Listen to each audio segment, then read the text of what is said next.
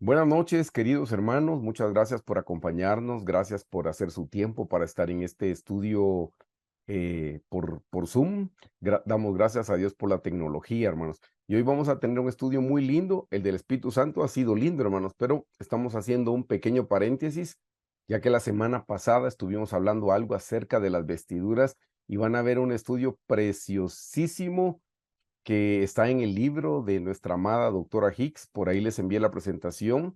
Les voy a compartir de dónde fue tomado. Pero antes de iniciar, hermanos, los invito para que oremos y nos pongamos en las manos del Señor. Gracias a Dios que el Señor inspira su palabra, pero les recuerdo que la Biblia dice toda la escritura es inspirada por Dios. Y cuando dice es inspirada, está hablando en tiempo presente. Eso significa que en el momento que nosotros abrimos la Biblia para estudiarla, en ese momento Dios nos la está inspirando. Noten que no dice toda la escritura fue inspirada por Dios, no dice es. Ese es un tiempo presente continuo. Así es que hoy nosotros estamos reunidos alrededor de la palabra del Señor y hoy el Señor nos puede inspirar su palabra para que su palabra cobre vida. Así es que los invito, hermanos, para orar y le pedimos al Señor que nos bendiga con su palabra. Padre nuestro que estás en los cielos, santificado sea tu nombre. En esta noche venimos ante tu presencia, en primer lugar con gratitud, Señor. Venimos agradecidos por todo lo que has hecho, lo que estás haciendo y lo que harás en nuestras vidas, Señor. Gracias porque nosotros te pertenecemos, somos tuyos, Señor. Gracias porque tú nos creaste con un buen propósito, Señor.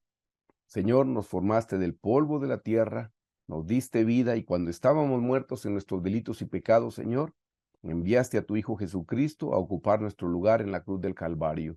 Gracias, Padre, por tu Hijo y gracias, Señor Jesús, por estar dispuesto a ocupar nuestro lugar. Tú te convertiste en el pariente cercano, el que estaba dispuesto a pagar el precio y el único que podía redimirnos de la paga del pecado, que es la muerte eterna. Señor, estamos agradecidos por todo lo que has hecho y aún te damos gracias por las cosas que estás haciendo en nuestra vida, aún por aquellas cosas, Señor, que para nosotros son desagradables, aún aquellas cosas que nos mortifican, Señor. Nosotros creemos lo que dice tu palabra, que todas las cosas ayudan a bien a los que te amamos, Señor. Y en nada te atribuimos despropósito alguno, Señor, en nada, Padre. Así es que, Señor, no importa que nos tengas en un monte, bendito sea tu santo nombre. O si nos tienes en un valle, bendito sea tu santo nombre, Señor. Gracias porque tú tienes un plan trazado para nosotros desde antes de la fundación del mundo, Señor. Y tus planes son planes de bien y no de mal, Señor. Y nosotros lo creemos, lo confiamos porque así lo dice tu palabra. Así es que te damos gracias en todo, Señor. Así como tus siervos Pablo y Silas, cuando fueron aprendidos, Señor, y estaban en el calabozo del más al fondo, y estaban sus pies con los grilletes y sus manos con cadenas, Señor, pero a la medianoche estaban cantando himnos y los presos los oían, y de repente vino un terremoto, Señor, que les abrió las puertas, las cárceles y las cadenas, Señor. Nosotros hoy te damos gracias, aunque estemos pasando por alguna escasez, te damos gracias porque tu palabra dice que no se ha visto justo desamparado ni a su simiente que mendigue pan. Y somos justos por tu justicia, Señor, no por nuestras obras. Señor, tú alimentas a las aves del cielo, ¿cómo no nos vas a alimentar a nosotros, Señor? Tú tienes cuidado de los animalitos, Señor, ¿cómo no vas a cuidarnos? Señor, gracias porque tú vistes a los lirios del campo y sabes vestirnos también a nosotros y nosotros estamos confiados en ti, Señor. Bendito seas por siempre, Padre. Gracias, Señor Jesús, en medio de la escasez, en medio de la enfermedad, te damos gracias, Señor, porque de esa manera te conocemos como un Dios sanador.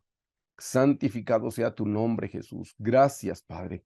Así es que, Señor, en medio de cualquier situación adversa, te damos gracias, porque darte gracias en medio del placer, cualquiera puede hacerlo, pero darte gracias en medio del dolor, solo los verdaderos hijos tuyos. Y nosotros somos esos, Señor, hijos maduros, Padre, que no te amamos por lo que tú nos das, te amamos por lo que tú eres, y tú eres bueno, eres santo, eres justo y eres recto, Señor. Bendito sea tu santo nombre. En esta noche estamos reunidos alrededor de la tecnología, Padre, para poder estudiar tu santa y bendita palabra. Señor, el material está preparado porque tú se lo inspiraste a nuestra amada doctora Hicks, Señor. Gracias por todos los tesoros de tu palabra que le revelaste. Ahora nosotros estamos dispuestos a recibirlo, Señor. Bendícenos también a nosotros, Señor. Abre nuestro entendimiento, que podamos comprender la revelación de tu palabra, Señor, que podamos vivirla, que podamos practicarla, Señor, para que eso nos dé crecimiento espiritual. Y queremos crecer, Señor, para poder llegar a ser tu esposa. Queremos crecer espiritualmente para llegar a ser, Señor Jesús, tu esposa eternamente. Señor, sé con nosotros en esta noche. Gracias por tu palabra. Gracias por tu Santo Espíritu, Señor. Sé con nosotros, Padre. Bendice a las personas que ya se añadieron, a los que se añadirán luego, Señor, y aún a las personas que lo van a ver en diferido en internet, también dale su porción, Señor. A todo aquel sediento, dale de beber. Al que venga hambriento, dale de comer, Padre. Todo te lo pedimos en el nombre de tu Hijo Jesús. Amén. Una vez más, bienvenidos, queridos hermanos. Este es el material que les voy a compartir la noche de hoy. Ay, perdón, déjenme hacer algo. Se me había olvidado, perdón. Sí, correcto. Y este es el material. Cuando más adelante les voy a poner un video y si por alguna razón fallara algo, si me pueden escribir porque no tienen micrófono, y yo voy a estar pendiente si sale bien. Dios mediante que así sea. Amados hermanos, les decía yo que el tema de esta noche, estamos haciendo un paréntesis entre todo el tema que estamos estudiando, pero la semana pasada estuvo a propósito y tal vez no regresemos nunca a este tema, así es que quise aprovechar. Hermanos, vamos a estudiar en esta noche, Dios mediante, las vestiduras del sumo sacerdote. Les dije que esto es importantísimo, hermanos, y hoy lo vamos a poder ver. Hermanos, aquí les anoté de dónde tomé yo el material, y el material lo tomé del libro Preciosa Gema en el Tabernáculo de nuestra amada doctora B.R. Hicks. Hermanos, este fue, si no estoy mal, el primer libro que el pastor Carlos leyó, el primer libro de la doctora Hicks que el pastor Carlos leyó. Este fue el primer libro que yo leí. Creo que lo leí en el año 87, hermanos, y en esa época estos libros eran escasos en Guatemala. Yo lo tuve que leer en un libro prestado, hermanos, porque no venían y era difícil conseguirlos. En esa época sentía que estábamos en China, hermanos, porque era tan escasa. En China son escasas las Biblias porque se las confiscan. Y esto no nos lo confiscaban, pero era muy escaso, hermanos, conseguir este precioso libro. Yo se los voy a recomendar. Aquí les estoy poniendo la portada del lado izquierdo. Yo tengo el libro de manera digital. Si alguien lo quiere comprar de manera digital y no sabe hacerlo, me puede escribir y yo le voy a explicar cómo hacerlo. Estos libros los compro usualmente, hermanos, en la plataforma de Kindle, que es una plataforma virtual. Esta es la portada del libro, hermanos. Preciosa Gema en el Tabernáculo. Aparece aquí la autora. Y en este cuadrito que les estoy señalando acá, hermanos, les puse todo el índice, les puse el contenido. Y aquí vamos a poder estudiar el tabernáculo. Hermanos, la primera vez que yo estudié el tabernáculo y tuve el privilegio de compartirlo por secciones, porque éramos como unos 4 o 6 maestros, ya no lo recuerdo, habrá sido hace unos 26 años cuando empezamos en la iglesia. Creo que lo compartimos en los días domingo, 1 hora antes del servicio, como lo hacemos actualmente hoy, y lo compartimos en 4 años, hermanos. Luego, cuando este grupo de estudio bíblico, que hoy es por Zoom, pero que este grupo, para que sepa, era presencial, era por donde más o menos yo vivo, aquí por Carretera El Salvador. Cuando iniciamos en el grupo, me recuerdo que éramos como unas 50 personas en la casa de los hermanos Navas y también de los hermanos Villeda. Empezamos con el tabernáculo. Yo creo que ahí me tardé como 3 años, hermanos, estudiándolo. Lo que les quiero decir es que es amplio. Realmente este no es un libro de texto, hermanos, es un libro de estudio. Aquí hay que sentarse con cuaderno, con bolígrafo y con Biblia en la mano para poder tomar notas, hermanos, porque es bastante profundo. Es el material más amplio que yo he podido estudiar acerca del tabernáculo de Moisés. Si luego me recuerdan, hay un video ahí que les puedo enviar también, que está en YouTube. Yo tuve en videocassette, los tuve, se imagina, hace cuántos años, una explicación que dan de una manera muy bonita, porque ya lo hacían digital, solo que un digital de hace como 20 años, hermanos, o más. Se los puedo enviar también si quieren estudiar el tema del tabernáculo. Ese está explicado como en 1 hora y media. Será como un video introductorio, hermanos.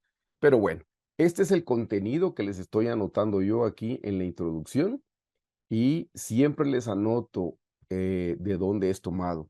Y hermanos, aprovecho porque ustedes son mi familia, son mis amigos queridos.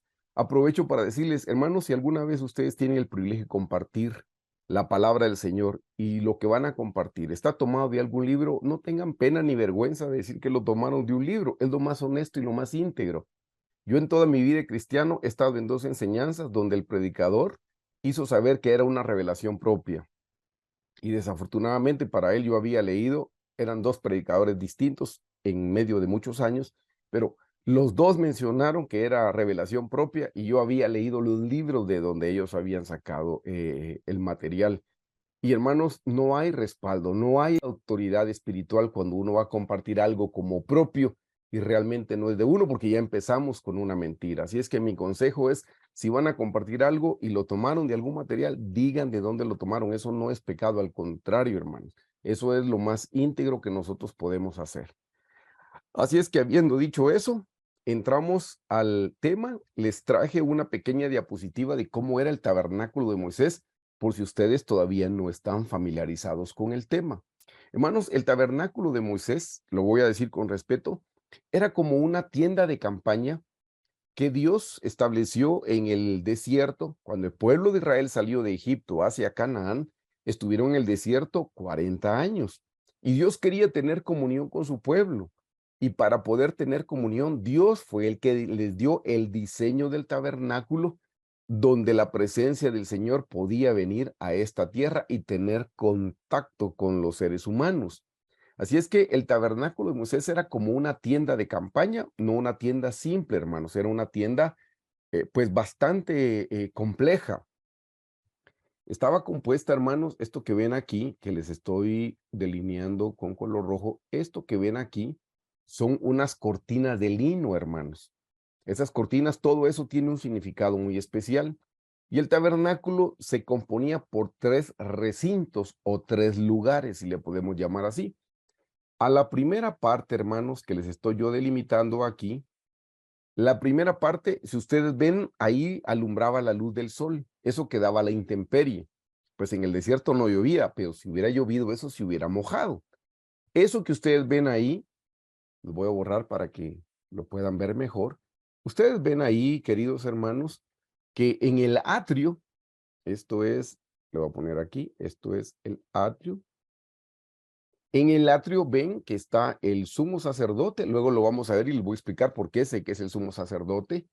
Estaban los sacerdotes, estaba el pueblo, gente del pueblo, estaban los animalitos que iban a sacrificar, hermanos, en el atrio.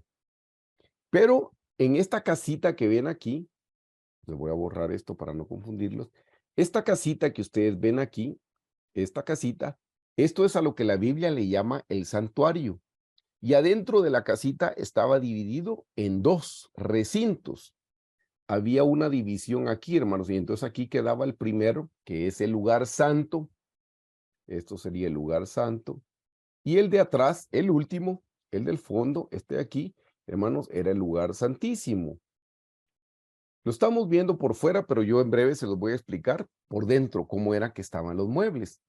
Eso era el tabernáculo de Moisés. Y hermanos, por si ustedes no sabían, la presencia del Señor venía solo una vez al año y al lugar santísimo.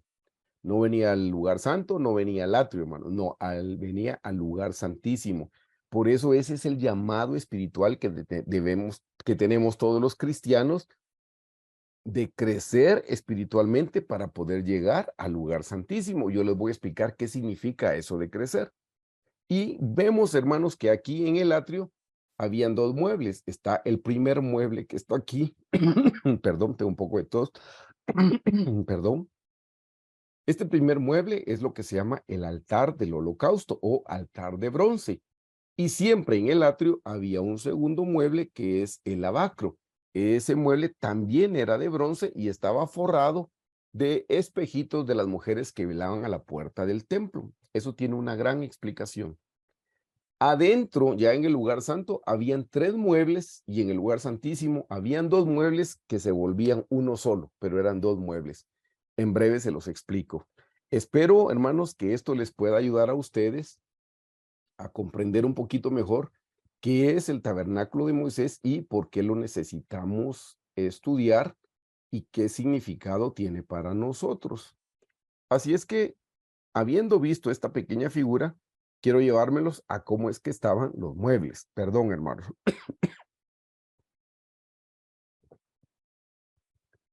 Estos muebles, hermanos, que eso es esto que están viendo a su mano izquierda, es la portada del libro. Aquí la doctora nos explica, y es que así es como dice la Biblia, que los muebles estaban colocados en forma de cruz. Miren qué cosa más interesante.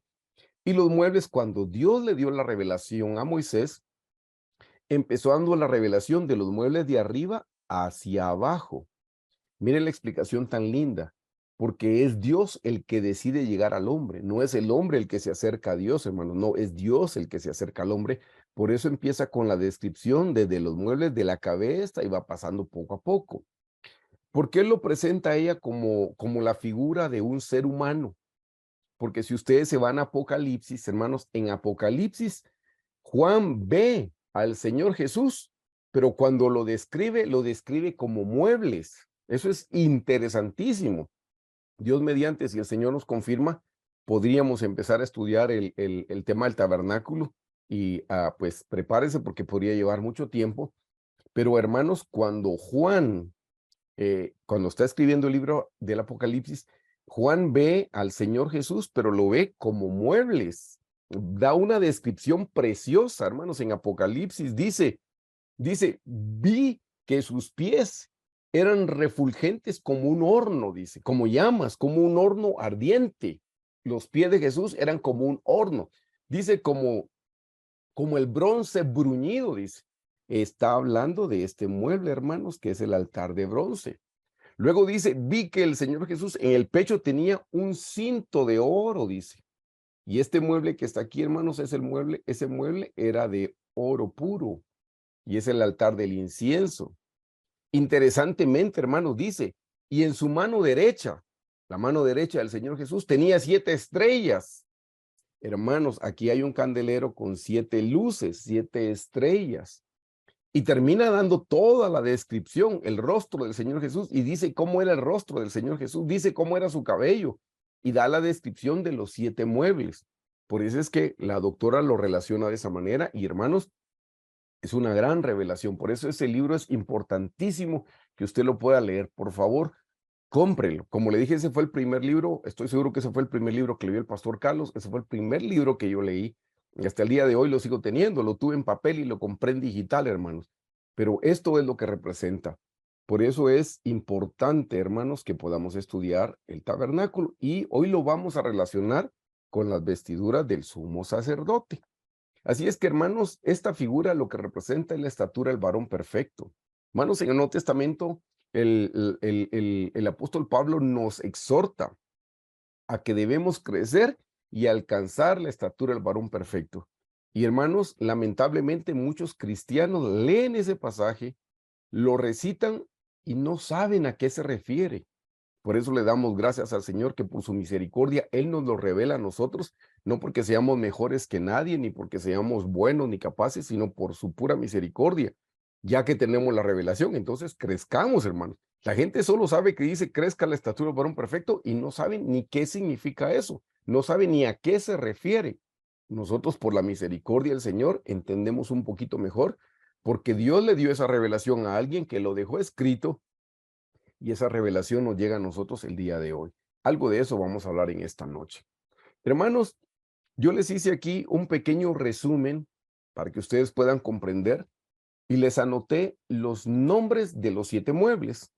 Déjeme decirle que estaban colocados a manera en forma de cruz y déjeme decirle dónde quedaba el atrio y dónde quedaba el lugar santo. Hermanos, esto es el atrio, esto que le estoy anotando aquí. Esto que está aquí, esto sería el lugar santo. Y la última parte, hermanos, la que queda aquí, donde están los 2 muebles, esto sería el lugar santísimo. En otra figura lo va a ver bien, santísimo, perdón, santísimo. Lo escribí mal aquí, perdón. santísimo. Estaba dividido en 3 partes. Le quito las líneas para que no se le confundan con las que le puse, porque coincidentemente le puse color rojo. Hermanos, el primer mueble que está en el atrio se llama altar del holocausto o altar de bronce. Eso, con respeto, hermanos, para que lo podamos entender, era como una churrasquera, pero no una pequeña, era bien grande, hermanos. A Guatemala, no me recuerdo qué iglesia trajo a Cayalá en un diciembre el tabernáculo del tamaño natural. Me impresionó ver el altar del holocausto, hermanos. Era algo grande, grande. Eso está con medidas. Así es que, hermanos, aquí está el primer mueble del atrio, era el altar del holocausto. Ese era, hermanos, el mueble que le dije a usted, el mueble que le dije que está acá a la intemperie en el lugar santo. Y este es el lavacro, el segundo que está en el atrio. Los demás están 3 en el lugar santo y 2 en el lugar santísimo, que completan 7. Aquí puede ver usted la figura. Este es el altar del holocausto. Este es el lavacro. Estos 2 que están aquí son los del atrio, hermanos, que los que estamos viendo. Yo se lo estoy poniendo hasta con nombre para que usted lo pueda comprender. El segundo mueble, hermanos, ya vimos el primero, el segundo mueble es el que se llama lavacro, y le dije que también estaba hecho de bronce. Ese lavacro lo que tenía era agua, agua en una parte de arriba y en una parte inferior, y era para lavar. Los sacerdotes se tenían que lavar las manos y en la parte inferior se tenían que lavar los pies. Eso tiene un significado especial también, hermano, y en breve se los voy a explicar. Ya en el lugar santo, el primer mueble que aparece es el número 3, el que se llama altar de oro del incienso. Así es como se llama. Ese mueble ya no era de bronce. Hermanos, el bronce quedó para el atrio nada más. Ya en el lugar santo vamos a ver que los muebles son de oro. Ahí es donde aparece la madera de acacia, en el caso del altar del oro del incienso y de la mesa de los panes de la proposición. Era madera, pero estaba forrada con oro, hermano. Así es que, volviendo al mueble número 3, se llama altar de oro del incienso. No le explico ahorita lo que representa, se lo explicaré en la siguiente diapositiva. El mueble número 4, hermanos, es el candelero o menorá.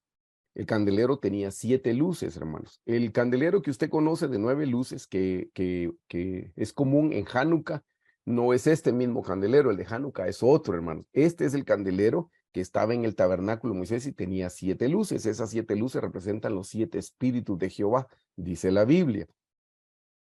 Y este candelero, hermanos, era de oro puro. Este candelero, hermanos, se tomó la pieza de oro y el Señor Dios dio la orden de que le tenían que dar forma golpeando el candelero. Y ese candelero, para que sepa de una vez, se lo cuento, tiene 66 adornos, hermanos. 66 adornos. Aquí le voy a decir qué significa el candelero. El candelero representa la palabra de Dios, porque el Salmo 119, 105 dice: lámpara es a mis pies tu palabra y lumbrera mi camino. Y hermanos, ese candelero tiene 66 adornos que representan los 66 libros que tiene nuestra Biblia. Si usted alguna vez dijo, pero ¿por qué nuestra Biblia tiene 66 y hay otras Biblias que tienen más libros? Bueno, esa es la explicación. Y si usted suma, ese candelero tiene 7 brazos. Y si usted suma los adornos que tienen los primeros 4 brazos, que la barra central es el cuarto brazo, le va a dar 39 y los 3 brazos restantes le da 37 y eso le suma 66, hermanos. Miren qué cosa más impresionante. Por eso le dije, este es un estudio, si estudiáramos el tabernáculo, es un estudio largo, pero puede adelantar comprando el libro y ahí va a encontrar la explicación. Así es que, hermanos, esto es un tema preciosísimo. Entonces, volviendo, les dije que el mueble número 4 es el candelero. El mueble número 5 se llama la mesa de los panes de la proposición. Ahí se tenía que poner 2 filas de panes y en cada fila habían 6 panes, uno por cada tribu. La mesa era de madera de acacia forrada con oro. Eso fue en el lugar santo, altar de oro, candelero y la mesa de los panes de la proposición. En el lugar santísimo habían 2 muebles. Está el arca del testimonio, le cuento. La gente confunde el arca del testimonio con el arca del pacto generalmente. Pues gracias a nuestra amada doctora Hicks es que sabemos que habían 2 arcas y eran diferentes. El arca del testimonio era hecha de madera de acacia forrada con oro. El arca del pacto era solo de madera. En el arca del testimonio, adentro estaban las tablas de la ley, pero las tablas rotas. Estaba la vara de Aarón que reverdeció y estaba una urna con maná. Se llama el arca del testimonio porque estos tres elementos, hermanos, daban un mal testimonio de que el pueblo de Israel se había portado mal con Dios. Las tablas rotas de la ley representan la ley que todos nosotros quebrantamos. Los judíos la rompieron en su corazón y por eso hubo una demostración física de que las tablas estaban rotas. ¿Qué significa que las tablas están rotas? Que no las cumplimos, no cumplimos con la ley de Dios. La vara de Aarón era la vara de autoridad, representa eso, hermanos. El pueblo en un momento de su caminar en el desierto despreció la autoridad de Dios a través de Aarón. Hubo gente que dijo, y solo Aarón puede mandar. Si yo también soy príncipe, yo también soy líder, yo también puedo mandar. Y dijo Dios, ah, sí, traigan todos sus príncipes, 12 príncipes, uno por cada tribu. Tomen su vara de autoridad y le ponen su nombre. Varas, o sea, estamos hablando de palos secos, hermanos, madera vieja. Y dijo, cada uno va a meter su vara en el lugar santo frente al candelero. Y la vara que mañana haya echado raíces, haya sacado ramas y haya sacado hojas, vean el nombre y a través de esa persona yo voy a gobernar. Y la única vara que había reverdecido fue la vara de Aarón. Entonces esa vara lo que representa, hermanos, es la autoridad que menospreciamos. Miren, hermanos, desde chiquitos despreciamos la autoridad, nos rebelamos a la autoridad de nuestro papá, de nuestra mamá, la autoridad de los maestros, la autoridad de los policías, la autoridad del gobierno, la autoridad en la iglesia, que el pastor no me gusta. Bueno, usted ya sabe todas esas cosas. Eso representa la vara de Aarón que reverdeció. Mal testimonio para el pueblo de Israel y también para nosotros. Y la tercera cosa que estaba era una urna, un recipiente con maná. ¿Por qué estaba ahí? Porque era el pan que Dios les daba a diario para sustentar al pueblo. Pero un día el pueblo dijo, ay, estoy harto de comer este pan. Estamos fastidiados con este pan tan liviano. Lo que queremos es carne, queremos carne. ¿Qué hicieron? Despreciaron el alimento que Dios les mandaba para sustentarlos. Y es lo mismo que nos pasa a nosotros. Cuando no leemos la Biblia, estamos menospreciando el sustento que el Señor nos está mandando a diario, porque no solo de pan vivirá el hombre, sino de toda la palabra que sale de la boca de Dios. Así es que por eso esta arca se llama el arca del testimonio, porque es un mal testimonio. El otro se llama el arca del pacto. Para que sepan, la otra arca era de madera y ahí estaban las segundas tablas de la ley, las que no estaban rotas. Ahí estaban. Esa es la diferencia. Pero bueno, el séptimo mueble se llama el propiciatorio o el asiento de la misericordia. Hermanos, esta era una cubierta totalmente de oro puro que estaba sobre el arca del testimonio y tenía unos querubines. Y ahí precisamente era donde se manifestaba la presencia del Señor. Y se llama el propiciatorio o asiento de la misericordia, porque ahí una vez al año entraba el sumo sacerdote y rociaba la sangre que milagrosamente caía y cubría todo el propiciatorio. Entonces, hermanos, Dios desde el cielo ya no veía el pecado del pueblo, ya no veía las tablas rotas, la autoridad menospreciada, el maná que habían desechado. No, ya Dios el Padre solo veía la sangre en el propiciatorio, ya no veía el pecado que el pueblo había cometido. Por eso necesitamos la sangre de misericordia sobre nuestra vida. La sangre de misericordia, hermanos, aleja los justos juicios que nosotros merecemos porque somos malos, perversos, porque somos pecadores. Les explico una cosa preciosísima. Ustedes se recuerdan que cuando encontraron a la mujer en el hecho del adulterio y se le llevan al Señor Jesús, le dicen, Señor, esta mujer fue encontrada en el hecho del adulterio. Siempre me pregunto, qué interesante, porque para cometer ese pecado se necesita de dos personas. ¿Por qué solo le llevaron a la mujer y no le llevaron al hombre? O sea, qué interesante, ¿verdad? Para que miren cómo es el corazón del hombre. Hicieron acepción. Ah, a la mujer sí le llevaron. Ah, al hombre le perdonaron y lo soltaron, porque si estaba solita, no pudieron comprobar que estaba pecando. Si estaba pecando y lo comprobaron era porque estaba con alguien más, pero solo le llevaron a la mujer. Pero bueno, ese no es el punto. El punto es que cuando le llevan a la mujer, le dicen al Señor Jesús, Señor, en la ley de Moisés dice que esa mujer tiene que morir apedreada. Y hermanos, si ustedes lo leen en Éxodo, en la ley de Moisés, sí, dice que esa mujer tiene que morir apedreada. ¿Y por qué Jesús no la apedreó? Miren qué cosa más linda, hermano. Porque uno piensa, el Señor Jesús dijo, el que esté libre de pecado, sea el primero en tirar la piedra. Y dice que desde los más grandes de edad, hasta los más jóvenes. Primero los grandes se empezaron a retirar y de último los jóvenes. No cabe duda que la conciencia reprendió más a los más viejos, porque entre más viejos más pecado hay, y se empezaron a ir poco a poco. Yo siempre me pregunté, ¿y por qué Jesús no la apedreó si él es sin pecado? Y él dijo, el que esté libre de pecado, que sea el primero en lanzar la piedra. Y él no le lanzó la piedra. Tenía todo el derecho, porque el Señor Jesús nunca pecó. ¿Por qué él no le lanzó la piedra? Miren la explicación tan linda. Eso también lo aprendí de la doctora Hicks. Hermanos, el mueble número 7, que es el asiento de la misericordia. Regresemos un momento. ¿Dónde estaba la ley rota? En el mueble número 6, en este, hermanos. Y el mueble número 7 es el asiento de la misericordia. ¿Qué significa? Que, hermanos, que por encima de la ley está la misericordia del Señor. Que no importa qué tanto hemos quebrantado nosotros la ley del Señor, su misericordia está por encima. Que si clamamos y nos arrepentimos, el Señor nos perdona de todo pecado. Eso es lo que significa el propiciatorio arriba del arca del testimonio. Estos dos muebles al final se convierten en uno solo, lo vamos a ver en la siguiente diapositiva, pero esta es la explicación, hermanos, preciosa, que ahí está la sangre que aleja los justos juicios que merecemos. Hermanos, si no fuera por la misericordia del Señor, ya nosotros hubiéramos sido consumidos. Estamos vivos el día de hoy por la misericordia del Señor.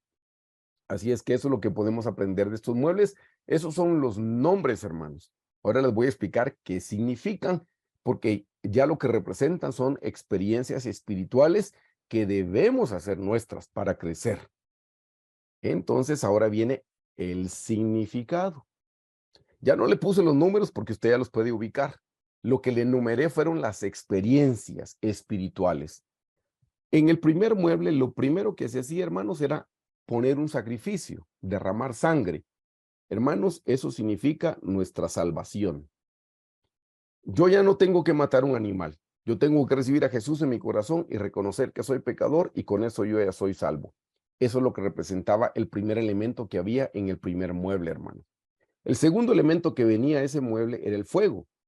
Cuando Dios veía el sacrificio, era Dios el que mandaba el fuego. Ese fuego no venía por fósforos, encendedores, antorchas, no, hermanos. Ese fuego venía de la columna de nube y fuego.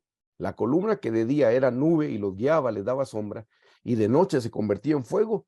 De esa columna era que salía el fuego cuando se ponía un sacrificio en el altar. Eso era algo que los israelitas veían a diario, hermanos. ¿Qué significa ese fuego, hermanos? Pues significa el bautismo del Espíritu Santo. Eso es lo que representa. ¿Se da cuenta? Ya no está hablando de muebles, hermanos. Sí eran muebles en el Antiguo Testamento, pero ahora son experiencias. ¿Se recuerda que le he contado que ese es el principio bíblico? Todo lo que los israelitas hicieron en el Antiguo Testamento físicamente, nosotros debemos hacerlo espiritualmente. Así es que el segundo elemento que estaba en ese altar, hermanos, era el fuego. Usted lo ve aquí en la figurita, aquí estaba el fuego. Ese fuego lo que representa es el bautismo en el Espíritu Santo. Querido hermano y hermana, si usted todavía no habla en lenguas, usted todavía no tiene el bautismo con el Espíritu Santo y lo necesita y es para todos. El Señor lo dejó para todos, hermanos, porque necesitamos al Espíritu Santo en nuestra vida. Ve que lo primero es la salvación. Si hay alguien que está viendo este mensaje, este estudio, y nunca le ha dicho Jesús, ven a mi corazón, es lo primero que tiene que hacer, decirle, Jesús, soy pecador, me arrepiento, ven a mi corazón y sálvame. Y si lo dice con convicción, sinceramente, el Señor escribe su nombre en el libro de la vida. El hombre, el ladrón de la cruz, al que le dicen el buen ladrón, ¿qué fue lo que dijo? Señor, le dijo, acuérdate de mí cuando vengas en tu reino. En otras palabras, le dijo, yo creo en ti. Y le dijo, yo soy pecador, porque eso fue lo que le dijo al otro ladrón. Le dijo, tú no tienes temor, estamos con el Hijo de Dios crucificados y tú todavía estás blasfemando. Y ahí es donde se voltea y le dijo, Jesús, acuérdate de mí cuando vengas en tu reino. Y el Señor le dijo, hoy mismo estarás conmigo. Miren que ese hombre no levantó la mano, está crucificado. No asistió a mi iglesia, porque no es la iglesia la que salva. No se puso de rodillas, no fue a algún lugar especial, hermanos, donde hay una iglesia linda. No, hermanos, solo creyó en su corazón. La Biblia dice, el que cree con su corazón y confiesa con su boca, eso es todo lo que el Señor espera para escribir nuestro nombre en el libro de la vida. Así viene la salvación. Así es que les dije, está la sangre que representa la salvación, está el fuego que representa el bautismo con el Espíritu Santo. En este otro mueble, en el lavacro, lo que había, hermanos, era agua. que le dije, para lavarse las manos y los pies. Bueno, eso lo que representa, hermanos, es el bautismo en agua, pero la semana pasada se los expliqué y les envié el material. Espero que lo hayan leído. Pero es el bautismo en agua en el nombre del Señor Jesús, en el nombre del Señor Jesús. El, el tercer mueble, pero ya es la cuarta experiencia, hermanos, porque ustedes ven que en este primer mueble aparecieron dos experiencias. Entonces, vamos por el tercer mueble, pero es la cuarta experiencia, es el incienso. Aquí se quemaba un incienso compuesto, hermanos. Era un incienso compuesto por 5 ingredientes. ¿Y eso qué representa, hermanos amados? Representa la oración. En Apocalipsis dice que el incienso son las oraciones de los santos. Hay 2 versículos que claramente lo dice, que son hasta hay una canción del cantante Marcos Witt que habla acerca de que la oración, el incienso, perdón, representa las oraciones, hermanos. En el Antiguo Testamento, los israelitas tenían que quemar incienso y ese humo subía como un olor fragante ante la presencia del Señor. Pues así es nuestra oración, hermanos. Cada vez que nos hincamos y oramos, para el Señor eso es un incienso fragante que está llegando. Quiero que sepa que ese incienso estaba compuesto por 5 ingredientes. ¿Y qué le parece? Que cada ingrediente está conectado con el nombre de Jesús. Porque el nombre de Jesús en español tiene 5 letras, pero no importa. En hebreo tiene 5 letras, que es lo que importa, que es el idioma original. Y cada ingrediente está conectado con una letra del nombre del Señor Jesucristo. ¿Y qué dijo el Señor Jesús? Todo lo que le pidierais al Padre en mi nombre. Por eso es en el nombre del Señor Jesús. Esos 5 ingredientes representan el nombre del Señor Jesucristo. Vamos con el mueble número 4, hermanos, pero que es la experiencia número 5. Les dije que es el candelero, pues ya se los había mencionado, se lo repito, es la revelación de la palabra, o sea, la teoría. Salmo 119, 105 dice, lámpara es a mis pies tu palabra y lumbrera mi camino. Así es que ese candelero lo que representa es la palabra del Señor. El mueble número 5, pero que es la experiencia número 6. Hermanos, ahí es donde el sacerdote se tenía que comer el pan. El pan, para que sepan, no era de adorno.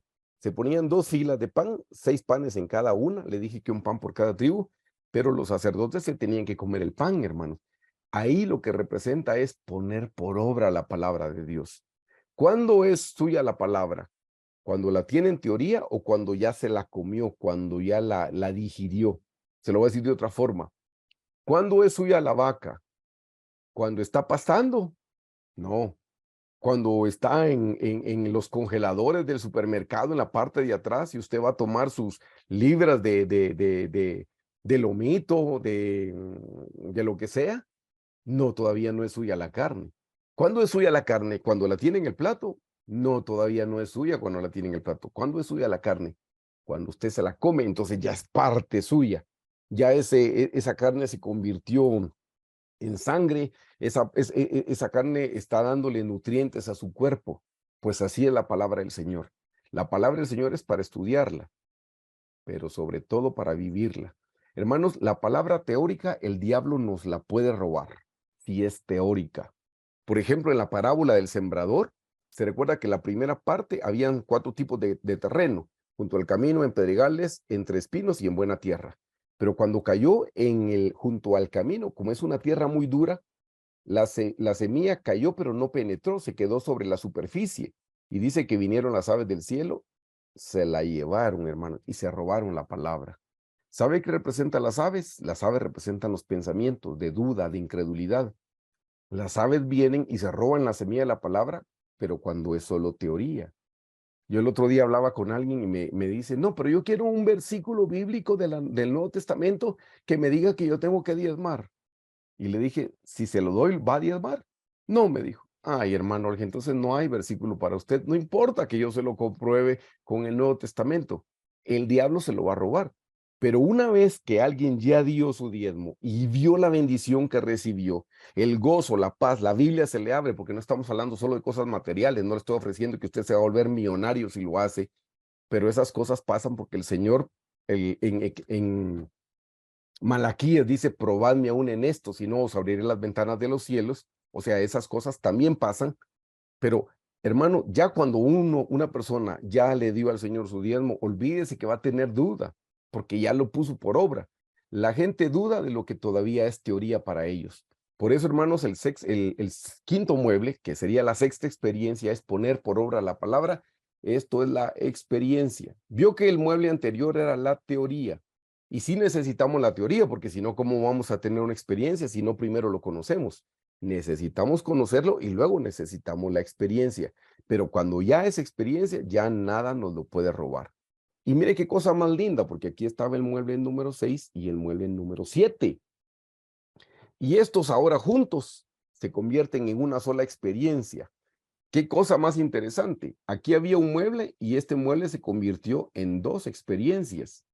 Pero el mueble donde eran dos se volvieron uno solo y ahí se completan las 7 experiencias. 7 muebles, 7 experiencias. Y hermanos, esto representa la unión matrimonial con el Señor Jesucristo. Dependencia total de Él. Eso es lo que representa. Le voy a explicar algo que le va a sorprender. En la Biblia los números tienen su significado, hermanos. No se asuste. El diablo tiene significados porque el diablo se lo robó de la Biblia y lo presentó torcido. Todo lo que usted mira en el mundo, hermanos, el diablo se lo robó de la Biblia. Yo cuando llegué a la iglesia no creía, hermanos, con la alabanza, porque yo había aceptado al Señor en una iglesia evangélica, pero tradicional, y yo eso la alabanza decía, no, esto no puede ser de Dios, hasta que me explicaron este principio bíblico. El diablo no es el creador, es una criatura. Por lo tanto, como criatura, no tiene la capacidad de crear nada nuevo. Solo el creador, que es Dios, tiene la capacidad de crear cosas nuevas, pero el diablo no. El diablo es una criatura. Por lo tanto, lo único que puede hacer es tomar lo verdadero de Dios y torcerlo o pervertirlo. Es lo único que puede hacer. Entonces ahí entendí y dije, bueno, ¿en el mundo la gente baila? Sí, baila. Entonces tiene que estar lo verdadero, la danza. ¿En el mundo hay licor? Sí, hay licor. Entonces tiene que estar lo verdadero y es la embriaguez del Espíritu Santo. La Biblia dice, no os embriaguéis en el vino, en lo cual hay disolución, más bien se llenos del Espíritu Santo. ¿En el mundo hay cigarrillo? Sí, hermanos, hay cigarrillo. Entonces tiene que estar lo verdadero del lado de la Biblia. ¿Sabe cuál es el principio del humo? Se lo acabo de explicar, el incienso. El lado positivo es el incienso, que es una oración para el Señor, es un olor agradable en nuestra oración. Y cuando la gente fuma, es un incienso, pero es un incienso para el diablo. Ahí está la copia falsa. La violencia. Usted dice, pero ¿por qué hay violencia en el mundo? Bueno, ¿qué dice la Biblia? El reino de los cielos sufre violencia y lo arrebatan los violentos. Interesantemente he oído predicadores que dicen lo arrebatan los valientes. Léalo bien, no dice valientes, dice violentos. Hay un tiempo para ser violentos, hermanos, cuando estamos batallando espiritualmente. Cuando usted se le presenta a una persona endemoniada, usted tiene que ser violento. Usted no puede orar y decirle, ay, Satanás, ala, porfa, te podrías ir de la persona. No, usted tiene que ser violento y en el nombre de Jesús lo echa fuera. Hay tiempo para ser violento en el espíritu. Y tuve el privilegio de ir a una convención en México. Por alguna razón, en un restaurante estaba y un niño reconoció mi voz, un niño del mexicano, y se voltea y me dice, hermano Eric, y yo le contesté, sí, ay, que mire que yo oí una su prédica donde yo compartí estos mismos ejemplos que le puse, el del cigarrillo, el del licor, el de la violencia, el de la alabanza, y qué niño más inteligente espiritualmente, porque me dijo, pero hubo algo que no mencionó, me dijo, ¿sabe de dónde se robó el diablo el principio del adulterio? Y le digo, niño, no me lo sé. ¿Sabe de dónde se robó el principio del adulterio? De la oración, me dijo. No, no, venga para acá, niñito, y usted me lo tiene que explicar. Me dijo, es que la oración se hace en secreto. Así es como dice en Mateo. Y tú cerrada la puerta, lo haces en secreto. ¿Y qué tenemos cuando oramos? Intimidad con el Señor Jesús, me dijo. Y esa es la copia barata que el diablo ha hecho con el adulterio, porque se hace en secreto, se hace en oculto y se tiene intimidad, solo que no con el Señor Jesús. Y le dije, niño, la próxima vez que compartes tus principios, no me voy a olvidar de mencionar el principio del adulterio, que es una copia de la oración.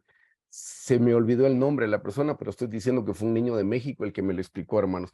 Qué cosa más linda. Pero se dan cuenta, hermanos, estos son principios bíblicos. Entonces les decía yo, los números tienen su significado, porque en la Biblia tienen significado. El número 7, hermanos, representa al Señor Jesús, porque el número 7 es un número perfecto. El número 6, hermano, representa al hombre, porque el hombre fue creado en el sexto día. Usted puede ir relacionando los números, hermanos, de acuerdo al contexto que vaya leyendo. Y si usted suma 7 y 6, le da 13. Y el número 13 es el número de la esposa del Cordero, para que sepa. El número 13 en el mundo tiene un significado malo, feo, pero en la Biblia no. Hay 13 salmos que se llaman masquilim, que es plural. Es salmo para la esposa del Cordero. Son 13 salmos. El 13 está relacionado con la esposa. De ahí todavía la Iglesia Católica tiene la costumbre que cuando se casan, se recuerdan, les dan arras. El futuro esposo lleva 13 centavitos. Pues sí, son 13 precisamente para la esposa, para que sepan ustedes de dónde viene el número. Pero miren qué cosa más interesante, porque aquí está, se lo voy a poner en este mueble que es más fácil verlo aquí. Aquí está el mueble número 6 y el número 7, hermanos. Y juntos representan el número 13, que es la esposa del Cordero. Por eso el significado, hermanos, es unión matrimonial con el Señor Jesucristo o dependencia total de Él. A eso se refiere esos dos muebles juntos. Mire qué cosa más interesante. Ustedes conocen la estrella de David o el Maguen David.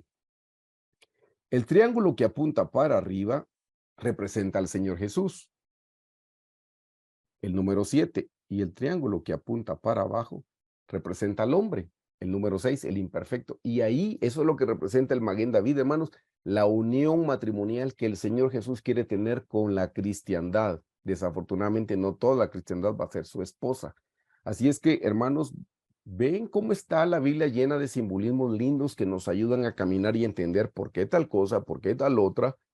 Eso es algo preciosísimo, hermanos. Así es que este es el significado de los muebles, hermanos. Estas son experiencias espirituales que nosotros debemos hacer nuestras para ir creciendo. Si yo ya tengo la salvación, pero no tengo el bautismo del Espíritu Santo, o tengo la salvación y no tengo el bautismo en agua, hermanos, todavía estoy en el atrio. Para poder pasar al lugar santo, yo necesito estas tres experiencias. Y quiero decirle, perdón, las experiencias del atrio son gratis, solo las tiene que pedir, no tiene que hacer nada. Hermanos, ya en el lugar santo, ahí sí hay trabajo. Orar, hermanos, es trabajo. Estudiar la Biblia es trabajo.